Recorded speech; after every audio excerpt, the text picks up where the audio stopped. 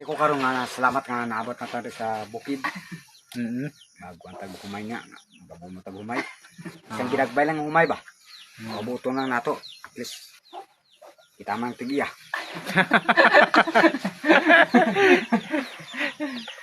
Guys, tigiya sa magabono ba?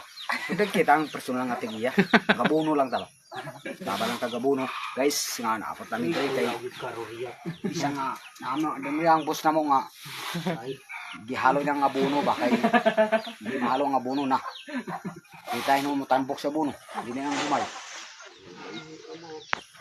amo ko ba nga si Yuki Si Yuki, sikat na sa ML. sikat na sa ML lang pero Mindanao wala nang sikat at least ML lang